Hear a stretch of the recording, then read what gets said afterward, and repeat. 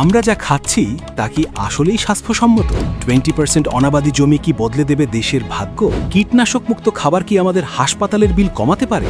আজ আমাদের পর্বের guest Sayed Zahurul Alam Rumon, CEO, Akij food and beverage. Let's talk about the possibilities.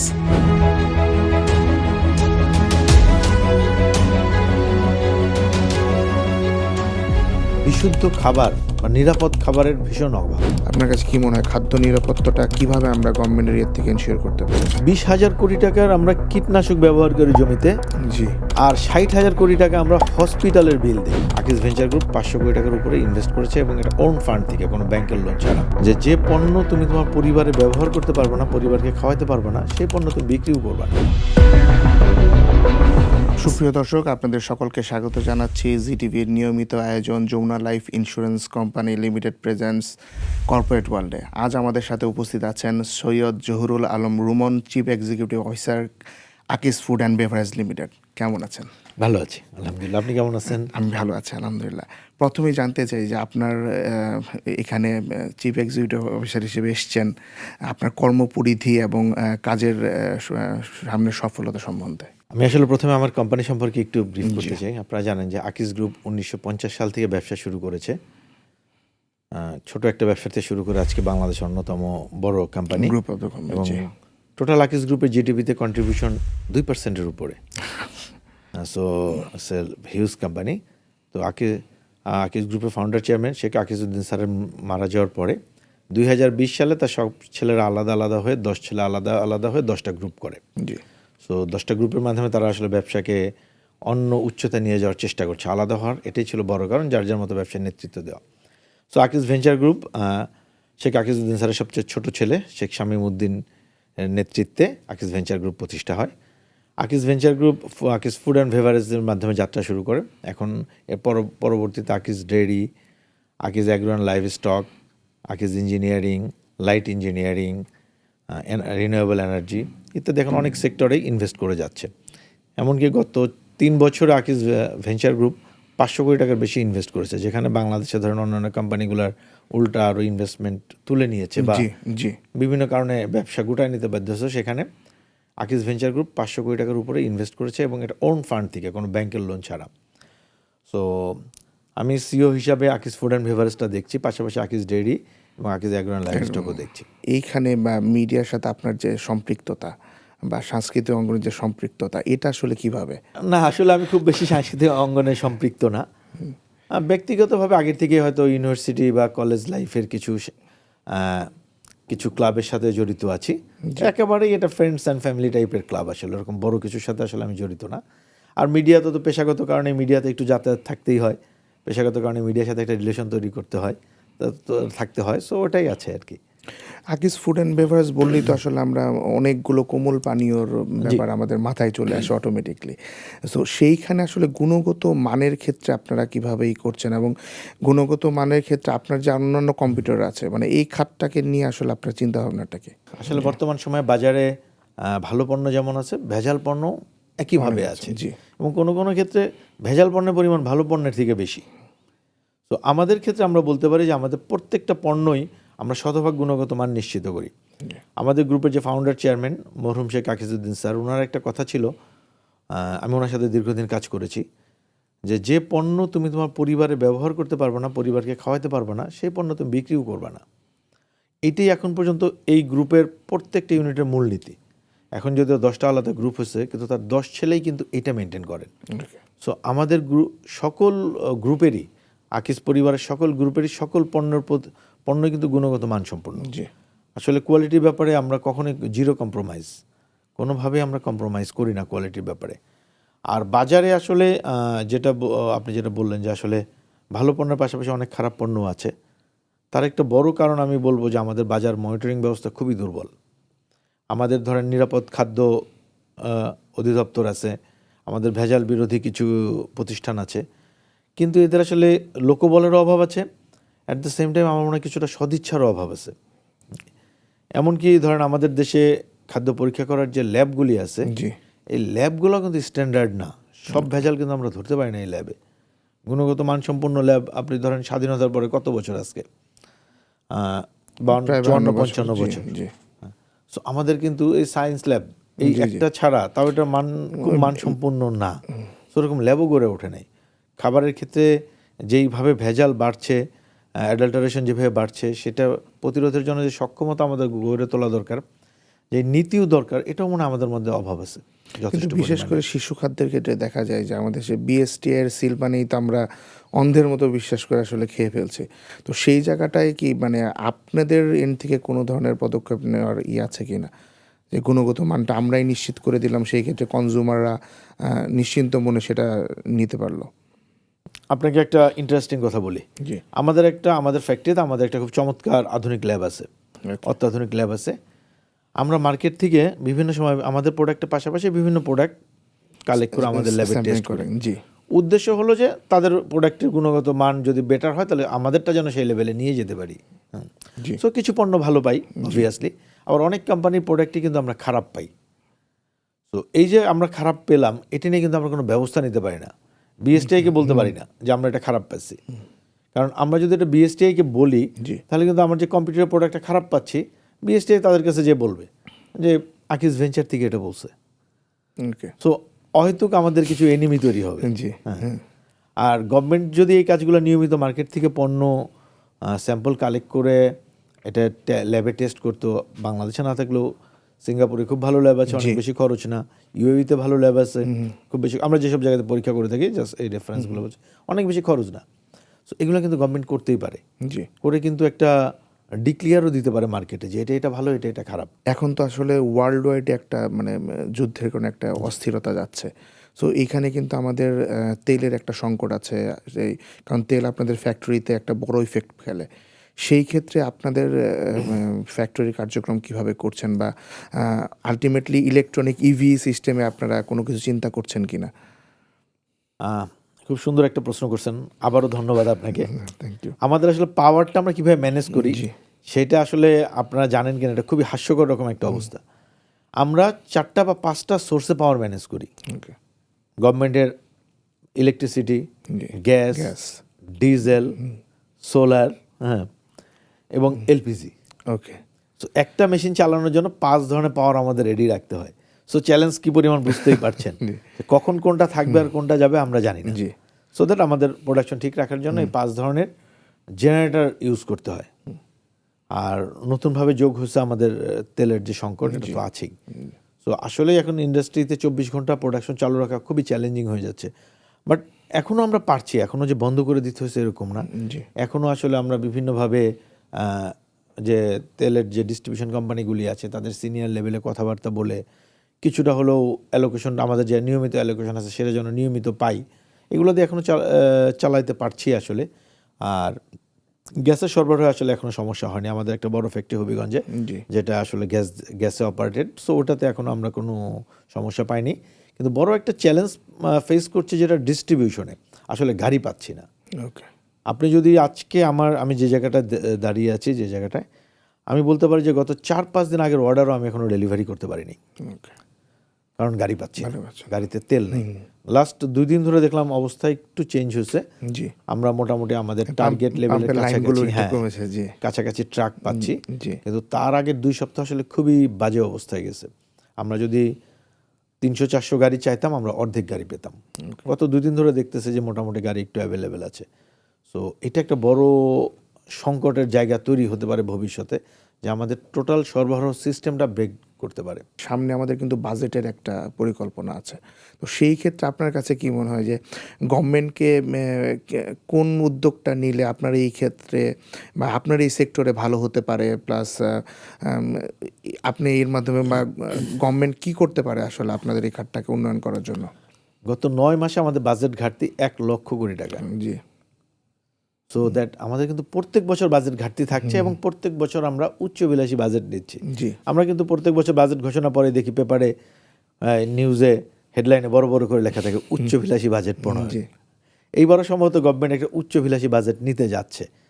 সোফার আমি যতটুকু জানি 6 লক্ষ কোটি টাকার কাছাকাছি রাজস্ব আরোহণের একটা প্ল্যান করছে, যেখানে আমরা গত বছর যে বছরটা শেষ করছি 4 লাখ কোটি টাকা পার হতে পারবো কিনা সন্দেহ আছে।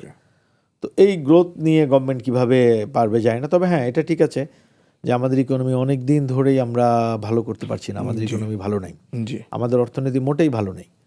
আপনি যদি দেখেন অনেকটা লম্বা সময় আমরা 6-7% জিডিপি প্রবৃদ্ধি এরকম শুনে আসছি, বা আসলে ছিল কিছুটা 6%-এর উপরে আমাদের একটা অভ্যাসে তৈরি করছিলাম আমরা 6+ গ্রোথ, এবং আমাদের ইনফ্লেশন 7-8% ছিল। তো বর্তমান সময়ে যদি দেখেন ইনফ্লেশন 10%-এর উপরে, বিশেষ করে ফুড ইনফ্লেশন, খাদ্যে যেই মুদ্রাস্ফীতি, এটা মনে হয় 12%-এর কাছাকাছি। আর আমাদের জিডিপি গ্রোথ কিন্তু 4.5-এর উপরে যাবে বলে মনে করছি না। তার মানে আমাদের ইনফ্লেশনটা বাড়ছে, গ্রোথ কমছে। সো জিডিপি গ্রোথ যদি গভর্নমেন্টকে বাড়াইতে হয়, তাহলে কিন্তু গভর্নমেন্টকে আসলে রাজস্ব আরোহণও বাড়াইতে হবে, এটা ঠিক আছে, কিন্তু কিভাবে বাড়াবে সেটা নিয়ে একটু কোশ্চেন আছে। আমরা যদি গভর্নমেন্টের, যেহেতু আমরা বাজেটের সময় গভর্নমেন্টের সাথে কিছু কাজ করি, সো আমাদের কিছু স্টাডি করতেই হয়। কিছু স্টাডি আপনাকে শেয়ার করি, আপনার মাধ্যমে দর্শকদের সাথে শেয়ার করি। জি গত 5 বছরে গভর্নমেন্ট লার্জ ট্যাক্স পেয়ার একজনও বাড়াইতে পারে নাই, ওকে নট এ সিঙ্গেল, একটা ডিজিটও বাড়ে নাই। লার্জ ভ্যাট ইউনিট গত 5 বছরে একটাও বাড়ে নাই। তার মানে কি? অথচ বাজেট তো বাড়ছে। তার মানে হলো যে কর দিচ্ছে তার উপরে আরো বেশি কর গভর্নমেন্ট চাপাই দিচ্ছে। যদি আপনি দেখেন পার্সোনাল করের ক্ষেত্রে গত বছর আগে ছিল এটা 25%, গত বছর থেকে হচ্ছে 30%, এবছর আলোচনা করছে এটা 35%। তার মানে কি? আপনি কর দিচ্ছেন কেন 30%, তাহলে আপনাকে 35% দিতে হবে। আপনি কেন 35% দিচ্ছেন, তাহলে পরের দিন আপনাকে 40% দিতে হবে। অথচ এই যে আমাদের যে রিটার্ন সাবমিট হচ্ছে, কতগুলো রিটার্ন সাবমিট হচ্ছে এই পর্যন্ত, লাস্ট এনবিআর যেটা বললো 50 লাখের কাছাকাছি এরকমই। হ্যাঁ, আমাদের টিনধারী আছে 1,20,00,000। 20 লাখ। জি 1,20,00,000 টিনধারী আছে, তার 50 লাখ রিটার্ন জমা দিচ্ছে। জি তো গভর্নমেন্ট ইনিশিয়েটিভটা কি নিচ্ছে যে এই 1,20,00,000 সে কিভাবে আনবে? 6 লক্ষ কোটি টাকার কাছাকাছি গভর্নমেন্ট রেভিনিউয়ের একটা লক্ষ্যমাত্রা ধার্য করছে, ফাইন। জি পাশে এটাও বলুক যে আমি 50 লাখ টাকা, 50 লাখ টিন এবার রিটার্ন সাবমিট করেছে, সামনের বছর আমি এটাকে 1 কোটিতে নিব, অবশ্যই নিব, জি এবং এখান থেকে এত টাকা আসবে। আমার লার্জ ট্যাক্স পেয়ার ইউনিট হয়তো 91 বা 92 এরকম সংখ্যাটা, আমি যদি ভুল না করে থাকি। এই সংখ্যাটাকে আমি, বাংলাদেশে এত কম লার্জ ট্যাক্স পেয়ার ইউনিট হওয়ার কথা না, জি এই সংখ্যাটাকে আমি 150-তে নিব। আমার এই লার্জ ভ্যাট পেয়ার ইউনিট সে 300 আছে, আমি এটাকে 400-তে নিব। তো এইরকম করে আপনাকে আসলে ফলো আপ করতে হবে। এরকম করে শুধুমাত্র আমি 4 লক্ষ টাকা এবছর টার্গেট ছিল, সামনের বছর 6 লক্ষ টাকা টার্গেট করব, এইটা কোনো সলিউশন না। এবং এটা হলে কি হবে, সেই আইএমএফের প্রেসক্রিপশনে যেতে হবে যে কর জিডিপি রেট বাড়াইতে হবে। এখন এটা কর জিডিপি রেট 6% আছে, এটাকে 10% নিতে হবে। সো কে ট্যাক্স দেয় তাকে ধরে তার কাছ থেকে আরেকটু বাড়ায় নাও। কিন্তু এইটাতে কিন্তু ইকোনমি ভালো থাকবে না। কিন্তু গভর্নমেন্ট কিন্তু আপনাদের এই ট্রেক্সের পাশাপাশি, মানে নতুন একটা গভর্নমেন্ট আমাদের দেশে কিছুদিন যাবতে আসলো, আপনি জানেন, সেটার পাশাপাশি কিন্তু তারা এগ্রি বিজনেসে কিন্তু খুব জোর দিচ্ছে। আপনাদেরও কিন্তু একটা এগ্রি সাইড আছেন, তো এই খাতের সাইডটা আপনি কিভাবে দেখছেন, বা এর সম্ভাবনাটাকে? আমরা আসলে এগ্রিকালচারাল বিজনেসে আসছি 3 বছর আগে। আমরা প্ল্যান করি যে আমরা এগ্রি বিজনেসে আসবো। আসার মূল কারণ যেটা ছিল, যে আমাদের দেশে আসলে বিশুদ্ধ খাবার বা নিরাপদ খাবারের ভীষণ অভাব।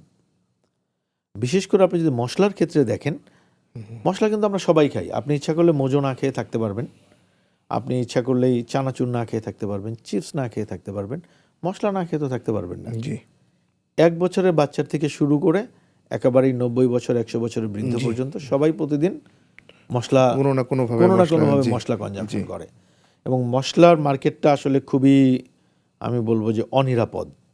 বাংলাদেশে 1-2টা কোম্পানি আছে যাদের মশলাটা আসলে ভালো, নিরাপদ। সো এই চিন্তার থেকেই আমাদের মশলা বা এই অ্যাগ্রো বিজনেসে আসা। আমাদের উদ্দেশ্য ছিল আমরা নিজেরা কন্ট্রাক্ট ফার্মিং করব, নিজেরা মশলা উৎপাদন করব, কৃষকদের সার, বীজ ইত্যাদি দিয়ে আমরা নিজেরা প্রোডাকশন করব, নিজেরা কিনে নিব এবং প্যাকেটজাত করে ভোক্তাদের কাছে নিরাপদ মশলা পৌঁছায় দেব। তো আলহামদুলিল্লাহ, এই নতুন গভর্নমেন্ট আসার পর নতুন গভর্নমেন্টও, নতুন সরকার, আমাদের অনারেবল প্রাইম মিনিস্টার আমাদের সাথে মিটিং করেছেন, যেহেতু আমরা এগ্রিকালচার সেক্টরে কিছু কাজ করি। সো আমরাও ইনভাইটেড ছিলাম, আমিও সেই মিটিংয়ে ছিলাম। সো উনি অনেক উদ্যোগ নেওয়ার চেষ্টা করছেন, বিশেষ করে আমাদের যেই জমিগুলো অনাবাদি আছে। আপনি জেনে অবাক হবেন, আমাদের দেশের আবাদযোগ্য জমির 20%, মানে 20% অনাবাদি। Huge number, huge. এবং এই 20% অনাবাদি জমির মধ্যে 30 ভাগ জমি হলো সরকারের এবং এগুলো বড় বড় জমি, আর 70 ভাগ জমি প্রাইভেট ল্যান্ড, এগুলো মূলত ছোট ছোট জমি।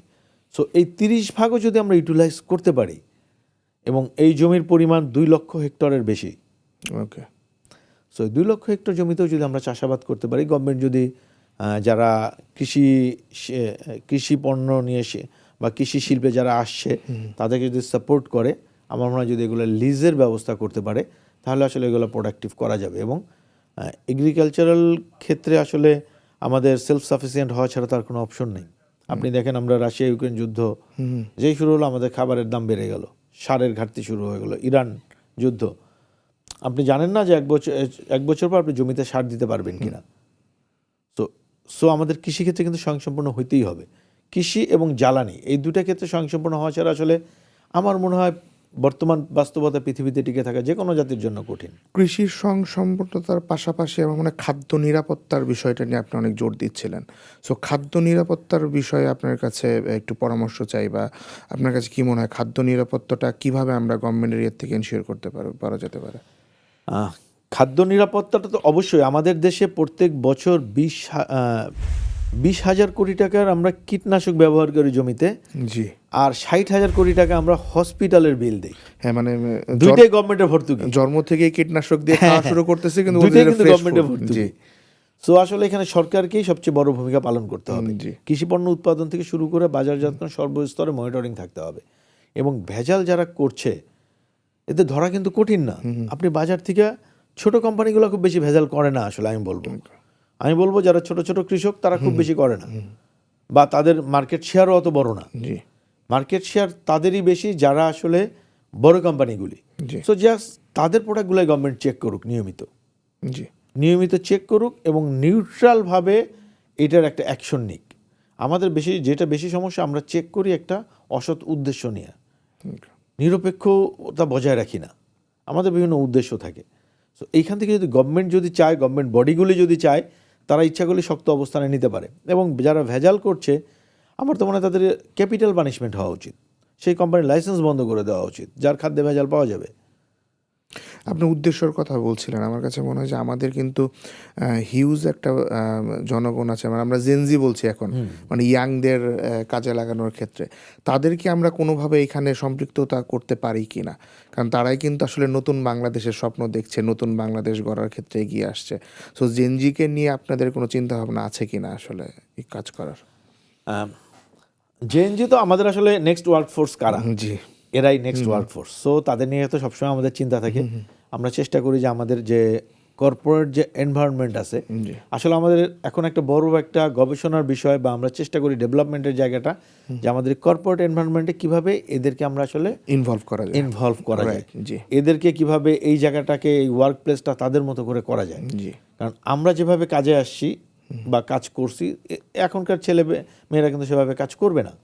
ওরা অনেক বেশি কি বলা যায় যে ডিভাইস ডিপেন্ডেন্ট, জি, এবং ওরা কিন্তু অনেক ভালো কাজ করতে পারে। ইনফ্যাক্ট ওদেরকে যদি প্রপার ডিভাইস দেওয়া যায়, ট্রেনিং দেওয়া যায়, এআই নির্ভর হয়ে গেছে, এআই দিয়ে সব ইভেন কিছু করছে। আপনি যদি একটা জেএনজির ছেলেকে যদি কৃষিকাজে ইনভলভ করতে চান, আপনি তাকে একটা এই ছোটোখাটো রোবট দেন না কেন চাষ করার জন্য, তাকে আপনি মাটি পরীক্ষা করার জন্য কিছু ডিভাইস দেন, তাকে আপনি ডিজিটাল মার্কেটের মধ্যে নিয়ে আসেন, তার প্রোডাক্ট বিক্রি করতে পারে যেন সে, জি, তাহলে দেখবেন যে সে কৃষিতে আগ্রহী হবে। এই গ্রামের যে ছেলেগুলো আছে, জেএনজি তো শহর গ্রাম সবখানে জি, আছে, জি, জি, ওই ছেলেটা কিন্তু কৃষিকাজে যেতে চায় না তার বাবার সাথে, কারণ সে মনে করে আমি ধান লাগাবো, আলু লাগাবো, এটা বেচবো কোথায়? ওর থেকে রিক্সা চালানো তো বেটার, একটা অটো নিয়ে বেরোয় গেলাম, সংসার তো তাকে চালাইতেই হয়।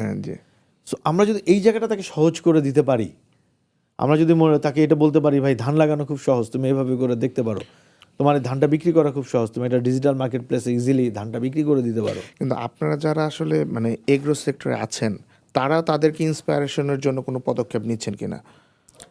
আমাদের পরিকল্পনা আছে, আমরা এখনো যদি বলেন এখনো সত্যিকারের ভাবে এরকম পদক্ষেপ নিইনি। অ্যাগ্রো সেক্টর আমাদের বিজনেসটাই একেবারেই নতুন, বাট আমাদের পরিকল্পনা আছে সারা দেশে আমরা অ্যাটলিস্ট 20,000 কৃষকের মাধ্যমে, এবং ইয়াং কৃষক, তাদের মাধ্যমে আমরা কন্ট্রাক্ট ফার্মিং করব, তাদেরকে আধুনিক সকল সুযোগ সুবিধা দিব, এবং তারা যেভাবে কাজ করতে পছন্দ করে, অর্থাৎ শারীরিক পরিশ্রমটা কম, যন্ত্রের ব্যবহারটা বেশি, এরকম করে আমরা তাদের ওয়ার্ক প্লেসটা এরকম করে কৃষিক্ষেত্রেও তৈরি করে দেবো যেন তারা কাজ করতে পারে। ভাই, আমরা একদম প্রোগ্রামের শেষ প্রান্তে চলে এসেছি। আপনি যেমন আপনার কর্মজীবনে আসলে সফলই আমরা বলবো, সফল আছেন। তো আপনার কাছে নতুনদের জন্য যদি কিছু বলার থাকে যে কর্মজীবন শুরু করে সফল হতে হলে আপনার মতো কি কি গুণাবলী থাকা প্রয়োজন এবং তারা আসলে কোন পদক্ষেপগুলো নিয়ে কাজ শুরু করতে পারে? এই ক্ষেত্রে আমি বলবো, আসলে আমি খুব ভালো কোচ না, খুব ভালো বলতেও পারবো না। তো আমি যেটা মনে করি আমার পার্সোনাল এক্সপিরিয়েন্স থেকে বলি, প্রথমত আমাকে শহরে থাকতে হবে এই চিন্তা বাদ দিতে হবে। সারা পৃথিবী আমার ওয়ার্ক প্লেস, আমি যেখানে কাজের সুযোগ পাবো সেখানেই কাজ করব। আমাদের তরুণদের মধ্যে এটা একটা বড় যে আমাকে ঢাকায় থাকতে হবে, এইটা আসলে 1 নাম্বার বাদ দিতে হবে। যেখানে আমি আমার পছন্দ মতো কাজটা, অবশ্যই আমার পছন্দের হইতে হবে। আমার পছন্দের কাজের সুযোগ আমি যেখানেই পাবো, সেটা যদি মাছ ধরার মধ্যে হয় তাহলে আমি সেইখানেই যাব, সেইখানেই কাজটা করব। তো কোনো লোকেশন বেসড জব খোঁজা যাবে না, সে পুরো পৃথিবীটা আমার লোকেশন, এভাবে চিন্তা করতে হবে। আর আরেকটা বলবো যে আসলে কাজ করতে গেলে কেউই হেল্প করবে না, কারণ আমরা পড়ালেখা শিখি কী করি, আমরা স্কুলে টাকা দিই, পড়ালেখা শিখি, টিচারকে টাকা দিই, টিচার আমাকে শেখায়।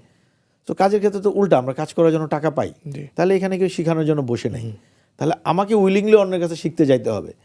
ইদানিং ইয়াং ছেলে মেয়েদের মধ্যে এটা অনেক দেখি, ওরা মনে করে যে তাকে এসে সামান শিখাবে, হাত ধরে টেনে তুলবে। হাত ধরে টেনে তুলে না এরকম না, এরকম লোকটা আসলে কম, কারণ সবাই ব্যস্ত। আর সবারই আসলে এখন মডার্ন অফিসগুলো এমনভাবে ডিজাইন করা, সবাইকেই সে যদি 100 ইউনিট কাজ করতে পারে তাকে 110 ইউনিট কাজ দিয়ে দেওয়া হয়, সো দ্যাট আরেকজনের কাজ হাত ধরে টাইনে ওঠানো খুবই ডিফিকাল্ট। ভাই, আপনাকে অনেক অনেক ধন্যবাদ, আসলে জিটিভিতে সময় দিয়েছেন এবং আপনার মাধ্যমে আসলে বলতে চাই জিটিভি এবং আকিজ ফুড অ্যান্ড বেভারেজ যেভাবে আসলে একজন একজনের পাশে আছে, আমরা আশা করি যে এটা আরও দীর্ঘতর হবে। তো একদম শেষ প্রান্তে আপনি জিটিভির দর্শকদের যদি কিছু বলতে চান। জিটিভির সকল দর্শককে আকিজ ফুড অ্যান্ড বেভারেজের পক্ষ থেকে, আকিজ ভেঞ্চারের পক্ষ থেকে শুভেচ্ছা। স্পেশালি আমরা আকিজ ফুডের পক্ষ থেকে আপনাদের সবাইকে বিশেষ বিশেষ ধন্যবাদ জানাই। আপনাদের সকলের সাপোর্টে আজকে আকিজ ফুড বাংলাদেশের সবচেয়ে বড় বেভারেজ কোম্পানি। আপনারা আপনাদের সমর্থন আমাদের প্রতি অব্যাহত রাখবেন। সবাইকে ধন্যবাদ। আসসালামু আলাইকুম। সুপ্রিয় দর্শক, আজ এ পর্যন্তই। জিটিভির সাথে থাকুন, সুস্থ থাকুন, ভালো থাকুন এবং অবশ্যই Jamuna life insurance presents corporate ওয়ার্ল্ডের সাথেই থাকুন।